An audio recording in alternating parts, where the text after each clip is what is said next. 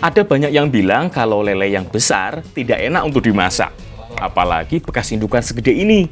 Tapi sebenarnya kalau diolah dengan cara dan bumbu yang tepat, yo enak-enak wae. Mangu tadi juga enak apple. Yang penting bumbunya kuat.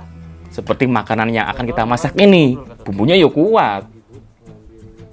Jadi lele tadi bisa dimasak juga garang asem. Karena garang asem bahan dasarnya bisa ayam atau ikan, dan termasuk ikan lele ini. Kalau tadi yang dimasak adalah bagian kepalanya, sekarang kita olah bagian dagingnya ya. Lele sebesar ini pasti memiliki kandungan lemak yang cukup banyak. Makanya cocok banget kalau diolah jadi garang asem. Teksturnya pasti jadi lebih lembut. Garang asem adalah salah satu jenis makanan tradisional khas Jawa Tengah. Umumnya sih menggunakan daging ayam. Tapi sebenarnya hampir semua jenis daging-dagingan termasuk ikan juga bisa yo. Bumbu yang digunakan umumnya bercita rasa pedas dan asam. Makanya ada banyak cabai dan tomat. Ada juga parutan kelapa yang akan diambil santannya. Oh iya, lain ladang, lain ilalang. Lain lubuk, lain pula ikannya. Walaupun sama-sama garang asem yang mau kita olah di Temanggung ini tentu berbeda dengan garang asem yang terkenal di Semarang atau di Kudus. Kalau di sana kan biasanya hanya menggunakan bumbu iris dan santan segar, kemudian langsung dikukus. Kalau di Temanggung ini, bumbunya lebih banyak yo. Hampir sama dengan bumbu gulai yang kuning.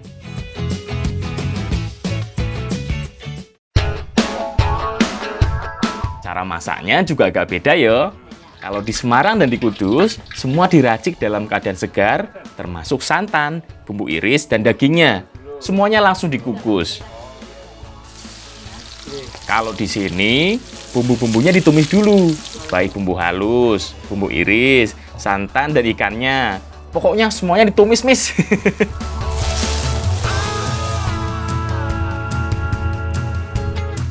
Jadi ada banyak cara buat masak garang asem. Kalau di Temanggung, ciri khasnya semuanya dioseng dulu dari bumbu, santan, dan juga daging ikannya juga. Nah, tapi nanti masih dikukus lagi. Ngoten nggih, Bu? Nggih. Atau daun pisang, Mas. Nggih. Jadi pengolahan pertama ini hanya biar bumbu kuningnya meresap yo. Terus biar daging atau ikannya cepat empuk. Jadi lebih mantap saat dimakan. Nah, biar lebih gurih, tambahkan daun bawang seperti ini.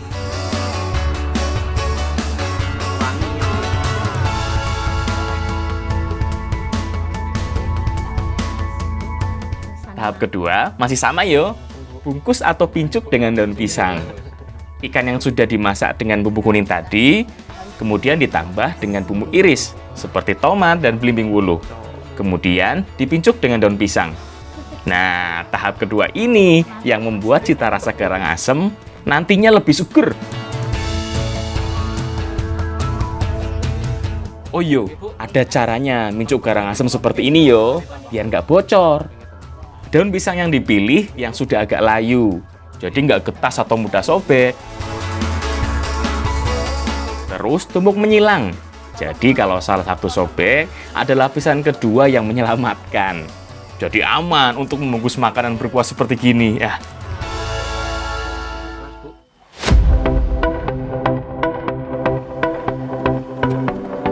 Sip, terakhir tinggal dikukus sampai matang. Tenang, nggak lama kok. Paling butuh waktu sekitar 10 menit. Soalnya kan daging ikannya sudah mateng. Tinggal bikin cita rasa tomat dan belimbingnya meresap aja.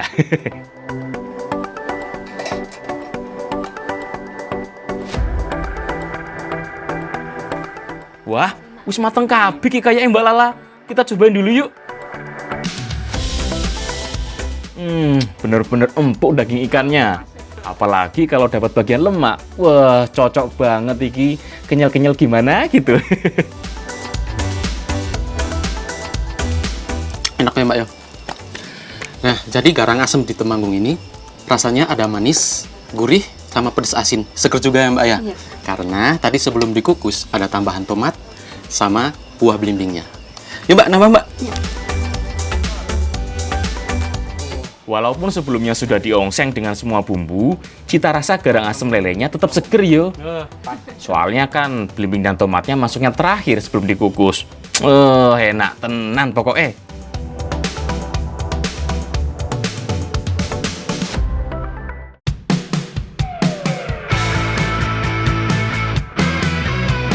Selamat siang teman, masih dengan aku yo, Gatot, Cah Asli Temanggung. Kali ini kamu tak ajak main ke Dusun Lamung Gunung, salah satu desa yang berada di kaki Gunung Sumbing. Di sini ada salah satu bahan makanan yang tidak biasa, tapi masyarakat sini sering memakannya. Orang sini menyebutnya gasir, sejenis serangga yang mudah didapat di sini. Kira-kira dimasak apa yo? Jadi ada banyak cara buat masak gasir. Tapi paling enak itu digoreng dulu, agar teksturnya lebih kering dan juga bau apeknya bisa hilang. Selain biar nggak apek, gasir atau gansir yang digoreng ini juga jadi tidak mudah hancur ya saat dimasak dengan berbagai olahan. Soalnya kan udah kering, teksturnya jadi lebih keras. Nggak perlu terlalu lama kok, cukup beberapa menit aja, ini udah mateng. Kalau kelamaan malah pahit karena gosong. Nah, sambil nunggu aku goreng gasir, Mbak Saka dan Mbak Vinta lagi nyiapin bahan dan bumbu lainnya ya. Ada yang lagi marut kelapa, ada juga yang lagi bikin bumbu sambal. Terus bahan-bahan lainnya ada daun talas dan ikan teri. Kira-kira mau dimasak apa sih? Kok banyak banget bahan-bahannya? Oh, jadi gasir iki mau dimasak jadi buntil. Oh iya, bumbu sambalnya jangan lupa diberi campuran ikan teri. Ini yang jadi salah satu ciri khas dari buntil. Selain pakai ikan teri, bisa juga menggunakan rebon atau udang yang kecil-kecil. Setelah semuanya siap, sekarang aduk jadi satu. Mulai dari parutan kelapa, bumbu halus, dan gasir yang sudah digoreng. Ini. Jadi, gasir yang sudah digoreng kering tadi bakal dimasak buntil. Nanti akan jadi isiannya dengan bumbu kelapa. Ini Mbak Yo.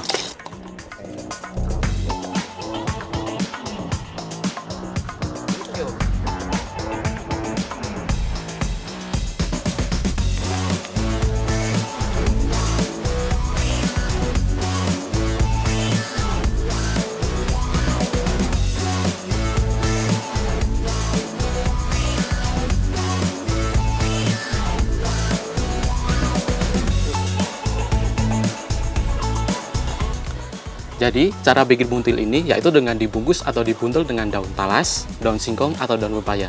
Makanya bisa disebut dengan buntil. Nonton gimana, Nggih? Ya, betul.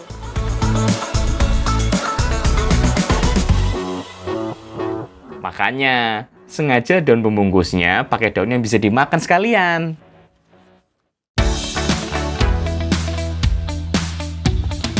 Setelah semuanya dibungkus dengan daun talas, kukus dulu sampai matang.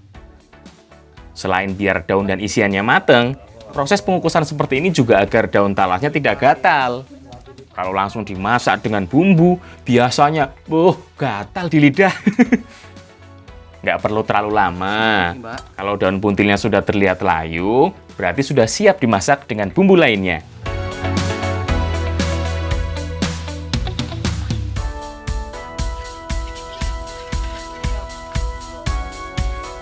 Bumbunya sebenarnya hampir sama dengan isiannya. Sama-sama pakai bumbu sambal. Bedanya sedikit ditambah dengan kunyit aja. Ada juga salam dan lengkuas.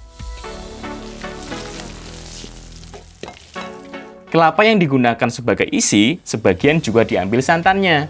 Soalnya buntil paling enak kalau dimasak dengan bumbu santan. Bisa juga tambahan cabai. Lah, aku ini senang pedes kok, biar makin semangat. Tunggu sebentar sampai mendidih ya.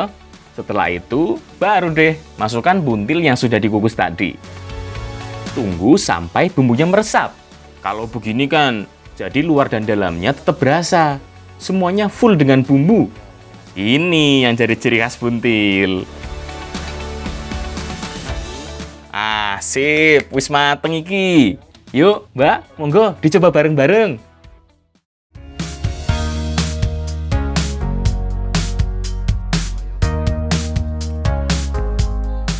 Wah, pas banget iki rasanya. Bumbunya kuat, jadi kerasa. Tambahan gasirnya juga enak yo, jadi lebih gurih. Enak ya? Jadi buntil ini tuh ada rasa asin, pedas, dan seger juga. Apalagi ada tambahan isi dari gasir tadi. Tentunya tambah gurih dan tambah protein juga. Yuk Mbak, nambah ya. Ya, monggo. Yang paling penting, daun talasnya udah nggak gatel ya. Soalnya kan udah layu, getahnya udah turun semua.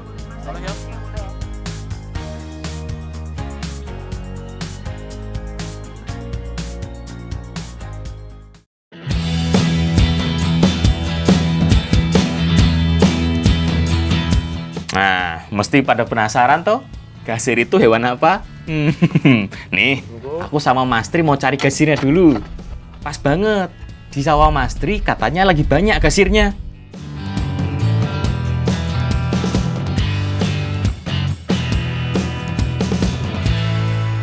Nah, jadi hari ini kita lagi mau nyari gasir.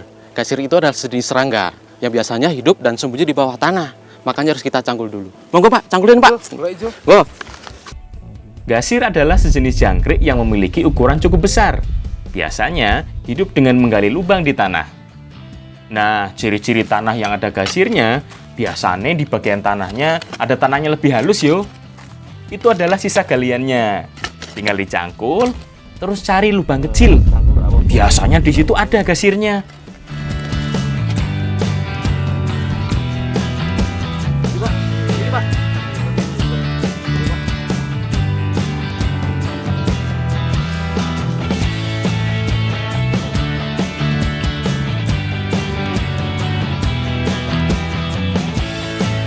Nah, jadi gasir ini biasa hidup di bawah tanah, makanya sering rusak akar tanaman.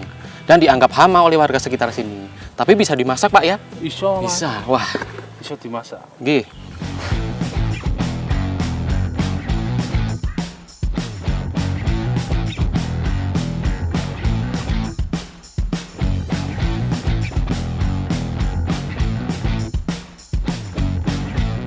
Sebenarnya memakan tanaman pertanian secara langsung sih enggak yo.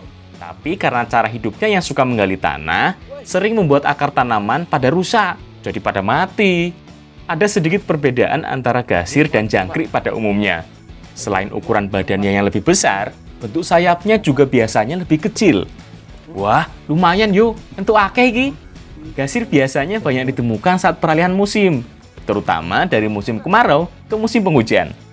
Walaupun sering dianggap merugikan pertanian, kalau banyak gini yo enak untuk dimasak.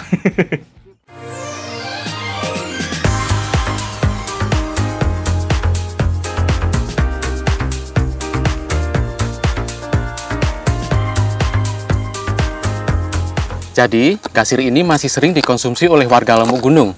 Dan sekarang mau dimasak oseng, dicampur dengan tempe. Tentu dengan bahan yang lainnya. Ayo Kak, diiris-iris Mbak. Di desa paling atas lereng timur Gunung Sumbing ini, gasir bisa diolah jadi apa aja. Selain buntil tadi, bisa juga dimasak jadi oseng. Sebenarnya sih, digoreng aja langsung dimakan udah enak kok. Kalau oseng-oseng seperti ini, bumbunya sederhana aja yo. Ada berambang, cabai, tomat, serai, salam, dan lengkuas.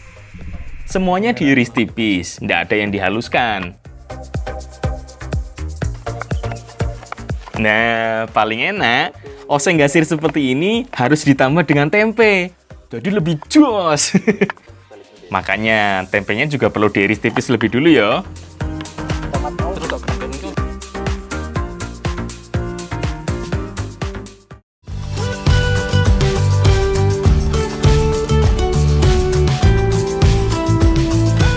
Seperti namanya ya, cara masak oseng gasir ini ya dengan dioseng satu persatu.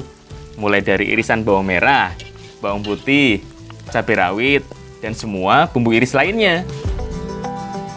Aduk jadi satu sampai harum. Nah, kalau sudah harum, tinggal masukkan irisan tempe dan tunggu sampai tempenya sedikit layu. Biar meresap bumbunya.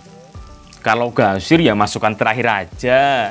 Soalnya kan gasir ini sudah digoreng sebelumnya. Jadi ya wis mateng. Tuh kan, jadi nggak mudah hancur saat dioseng seperti ini. Kalau nggak digoreng, pasti hancur nggak karuan iki. Bes, ambune sedep tenan iki. Wis siap dipangan iki. Biarpun masaknya cuma sederhana, oseng gasir ini ndak kalah loh enaknya dengan buntil yang lebih rumit tadi.